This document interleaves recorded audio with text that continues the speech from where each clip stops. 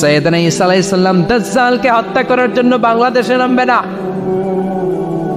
দাজ্জালকে হত্যা করার জন্য সৌদি আরবেও নামবে না, মিশরেও নামবে না, ইরাকেও নামবে না, লেবাননেও নামবে না, আলজেরিয়াতেও নামবে না, তিউনিসিয়াতেও নামবে না, মরক্কোতেও নামবে না।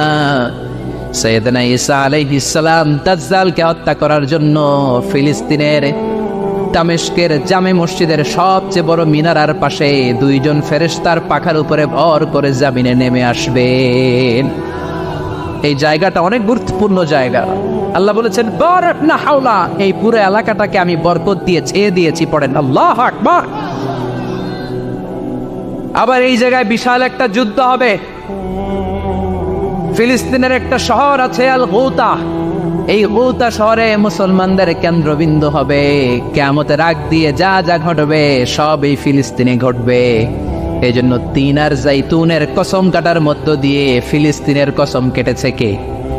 এই ফিলিস্তিনের বাইতুল হাম, যেটাকে বলে বেথেলহাম, এই বেথেলহাম সিটিতে ঈসা আলাইহিস সালামের জন্ম। সুবহানাল্লাহ পড়েন। মনে থাকবে কোন শহরে? বেথেলহাম। বেথেলহাম শহরে ঈসা আলাইহিস সালামের জন্ম। তার মানে আল্লাহ ঈসা নবীর জন্মস্থানের কসম কাটলেন। এরপরে আল্লাহ বললেন ওয়াতুরে সিনিন, তুর পাহাড়ের কসম, সিনাই পর্বতের কসম। তুর পাহাড় হলো মিশরে, মিশর হলো মূসা আলাইহিস সালামের জন্মস্থান। আর ওয়াহাদাল বালাদিল আমিন, এই নিরাপদ শহরের কসম, মানে মক্কাতুল মুকাররমার কসম। মক্কা মুকাররমা কার জন্মস্থান?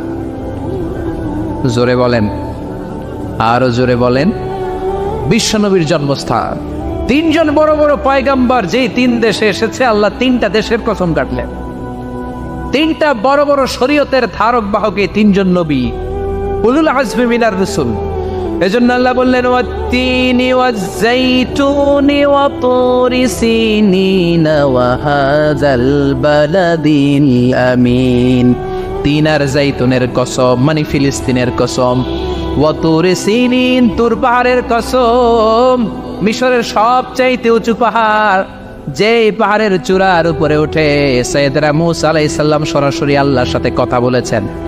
ওয়া কাল্লামাল্লাহু মূসা তাকলিমা, সরাসরি without any media, without any via, সাইয়েদনা মূসা আলাইহিস সালাম আল্লাহর সাথে কথা বলতেন।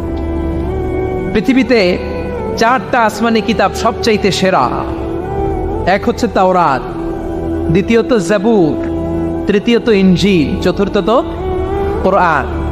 তাওরাত আল্লাহ নাজিল করেছেন সাইয়েদনা মূসা আলাইহিস সালামের উপর, জাবুর নাজিল করেছেন দাউদ আলাইহিস সালামের উপর, ইনজিল নাজিল করেছেন ঈসা আলাইহিস সালামের উপর, আর বিশ্বনবীর উপর নাজিল করেছেন কোরআন। ঠিক কিনা?